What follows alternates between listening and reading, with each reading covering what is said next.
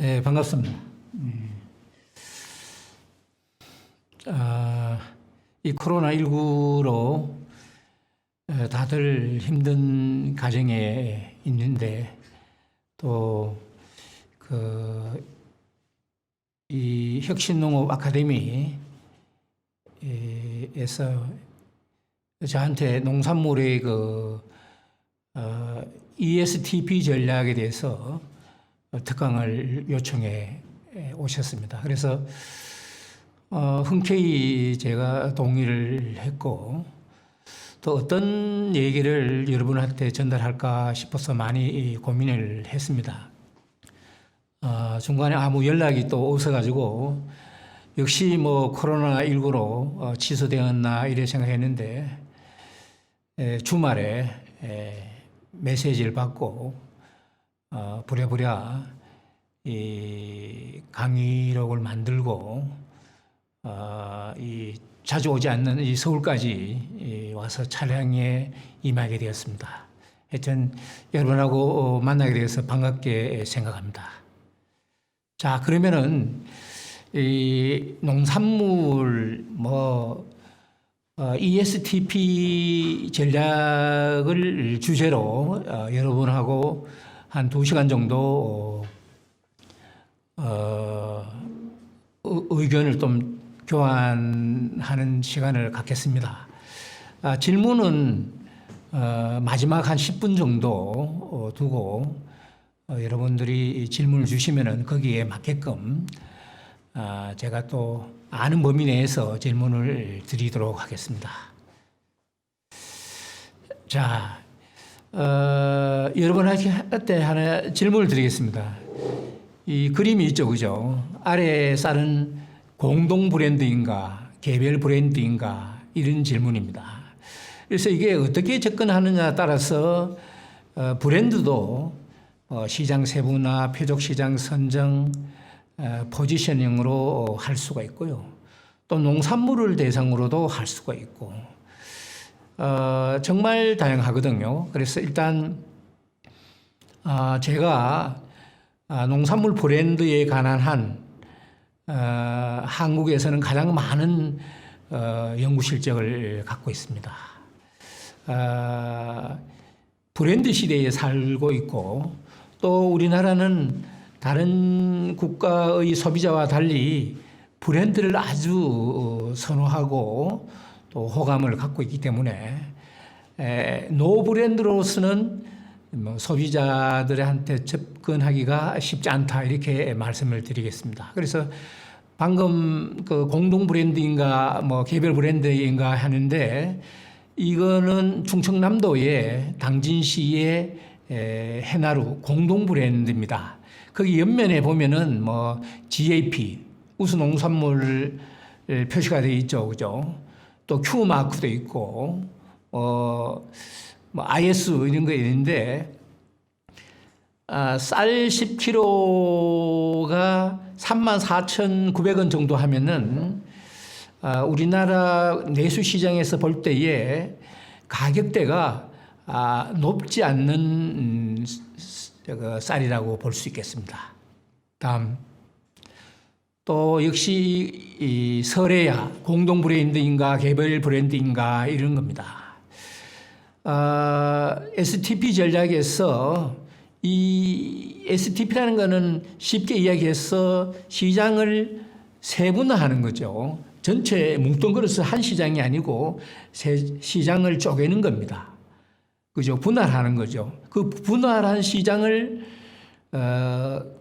여러분들이 갖고 있는 역량 아니면은 여러분들이 운영하는 농업경영체의 대표라면은 어느 시장을 공략해야 될 것인가에 초점을 두고 있기 때문에 우리 사냥을 할 때에 관역이 있잖아요, 그죠? 관역의 10점 쪽에 표적으로 할 건가? 아니면 사이드에 7, 8점대에 표적으로 할 건가? 이렇게 생각하시면은 쉽게 이해가 될 것입니다. 그래서 이 설해야 쌀도 충청남도 남쪽의 서천군의 쌀입니다. 이거는 10kg인데 38,000원이죠. 여기에 특징은 앞에 그림과 달리 삼강뼈입니다. 품종이 38,000원대 같으면은 1위 그룹에 있는 대한민국에서 10kg 기준으로 가장 비싼 쌀이 전라남도 해남의 옥천농협에서 나오는 한눈에 반한 쌀입니다. 10kg가 42,000원이에요. 그 밑에 정도 2등 그룹이 임금님토 2,000쌀, 그 다음에 그 여주 대왕님 쌀 그겁니다. 그 다음에 저기 휘선수 쪽에 철원에 5대쌀 등이 2위 그룹을 형성하고 있습니다. 가격대가 위로 올라간다는 것은 시장 세분화로 볼 때에 나름대로 이 중고가 시장을 타겟으로 했다고 보는 거죠. 그러니까 시장 세분화를 하고 쌀을 시장 세분화를 하고 표적 시장을 통해서 포지셔닝을 하는 거죠. 포지셔닝이라는 것이 무엇이냐면은 소비자들에게 당신이 가장 기억하는 또 가장 좋아하는 브랜드, 가장 좋아하는 품목이 뭐냐 할 때에 제일 순위로 떠오르는 브랜드 아니면 쌀, 아니면은 농산물이 될 수 있습니다.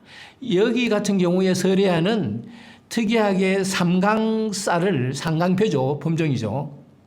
이거를 명시했는 거죠. 이 삼강표는 충청남도 농업기술원에서 그 지역에 많이 권장하는 쌀이라고 볼 수 있겠습니다. 자, 방금 우리 주제가 STP를 다루는데 S는 세그멘테이션이라고 해서 시장을 세분화하는 거고요.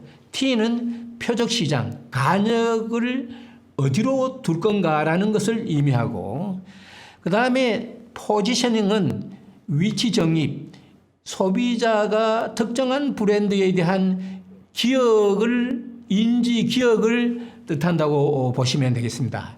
그러니까 소비자들한테 얼마나 브랜드를 노출하느냐에 따라서 단골이 만들어지고 그 단골과의 지속적인 거래 관계가 유지되는 것이 소위 그 마케팅의 궁극적인 목적이라고 볼 수 있겠어요. 그래서 지금 공동 브랜드인가 개별 브랜드인가 했는데 역시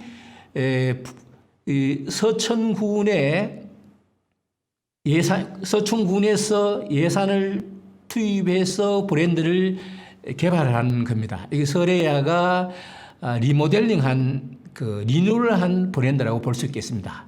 다음 또 아래쌀은 공동 브랜드인가 개별 브랜드인가 이렇게 얘기를 했는데 우리 강의를 경청하시는 분들의 어느 지역인지 제가 잘 모르다 보니 제가 거주하는 충남 지역의 쌀을 갖고 설명을 드리는 데 대해서 좀 이해를 요청드립니다. 역시 이 만세보령도 상가입니다.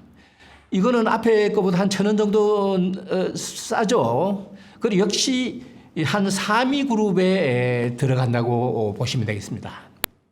자, 여기에서 여러분들께서 기억을 하면 좋은 거는 뭐냐? 자, 어떤 시장 세분화된 시장, 쌀을 재배할까, 생산할 것인가? 아니면 우리나라 시장에 최근 한 20년 이내에 없던 시장이 생겨났죠. 파프리카 시장에 해당이 됩니다. 또 최근에는 또 포도 쪽에 샤인머스켓 시장이 또 뛰어들어왔죠.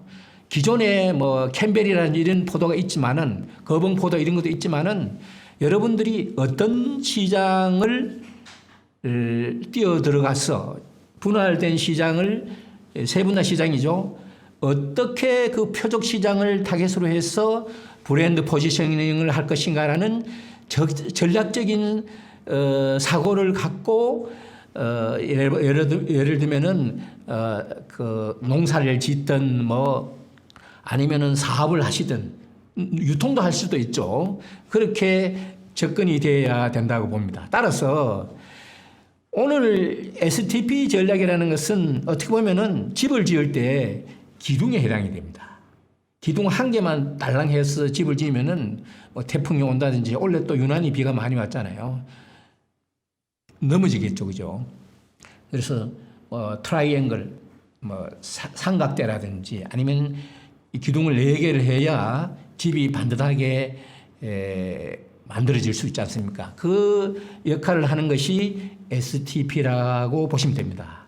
그 STP의 어떤 의미를 또 하나 더 부여하면은 여러분들이 이 시장을 보는 눈, 자, 쌀을 이야기한다. 여러분들 중에 혹시 쌀을 생산해서 생산과 유통을 해야 되겠다.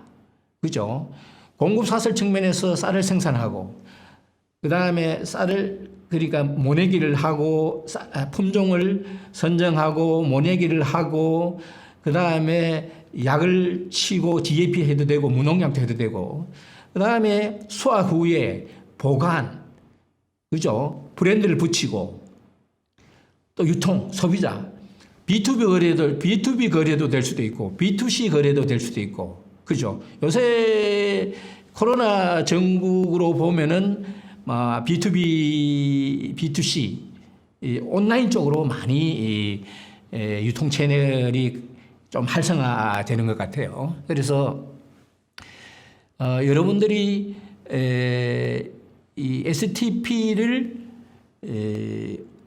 어떤 경영의 골간으로 삼고 시장을 바라본다면은 시장의 경쟁자, 그죠? 나의 그 농업 경영체, 그 다음에 다른 그 농업 경영체, 경쟁자도, 그 다음에 중요한 게 뭐예요? 시장 쪽에 컨슈머, 그 다음에 카스터머들이 소비자잖아요. 그죠? 경쟁자를 여러분들 통제할 수 있어요? 통제가 안 됩니다. 협조는 받을 수 있겠죠.